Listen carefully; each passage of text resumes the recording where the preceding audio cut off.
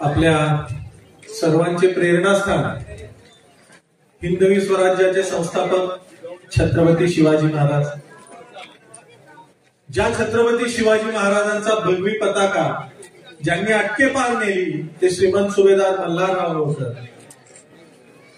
स्वराज्याला सुराज्याचं रूप देणाऱ्या, जनतेसाठी कल्याणकारी काम करणाऱ्या पुण्यश्लोक अहिल्यादेवी होळकर। थोरले बाजीराव पेशवे, महात्मा ज्योतिबा फुले, सावित्रीबाई फुले, सर्वच राष्ट्रपुरुष महापुरुष डॉक्टर बाबासाहेब आंबेडकर आणि शहीद जवान यांना मी या कार्यक्रमाच्या निमित्तानं नतमस्तक होतो, वंदन करतो।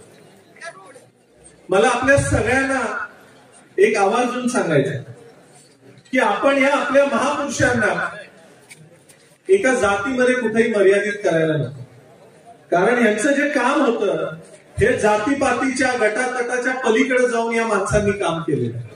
आणि म्हणून मी ज्या वेळेला आपल्या सगळ्यांना आमंत्रित करतो त्यावेळेला मी आपल्या सगळ्यांना हेच सांगतो की इथं हा कार्यक्रम कुठल्या पक्षाचा, कुठल्या गटाचा, कुठल्या जातीचा म्हणून येऊ नका। हा कार्यक्रम या राष्ट्रासाठी बलिदान देणाऱ्या एका महापुरुषाचा कार्यक्रम आहे, ज्या यशवंतराव महाराजांनी या भारत भूमीच्या स्वातंत्र्यासाठी लढा उभारला त्यांचा हा कार्यक्रम आहे। म्हणून इथे माझ्या या शब्दाखातर, महाराजा यशवंतराव होळकरांच्या प्रेमाखातर महाराष्ट्राच्या कानाकोपऱ्यातून आपण सगळी मंडळी इथं आलात। अनेक मान्यवर आज इथं बसलेले, वेळात वेळ काढून ते इथं आले। आपणही सगळे इथं बसलेला प्रत्येक माणूस हा माझ्यासाठी मान्यवर आहे, प्रत्येक माणूस हा तोलामोलाचा आहे।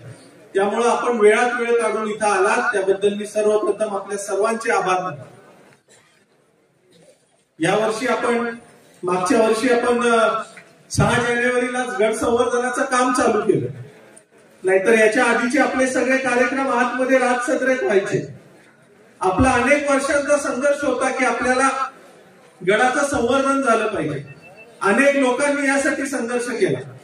आताच इथं आमचे इंद्रकुमार भिसे साहेब येऊन बसले, अनेक वर्ष त्यांची आमची भेट नाही, पण मला आठवतंय बऱ्याच वर्षापूर्वी ते मला सांगलीला येऊन भेटले होते एकदा। मला आनंद झाला त्यांना इथं पाहिल्यानंतर। मी विचारलं तुमची तब्येत कशी। अशी अनेक माणसं आहेत, कुणाची नावं घ्यावी, प्रत्येकाने यासाठी प्रयत्न केलेले।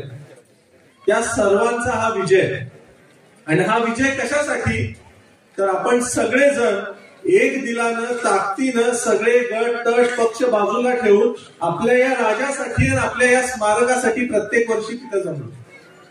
आजचं हे 5वं वर्ष आहे।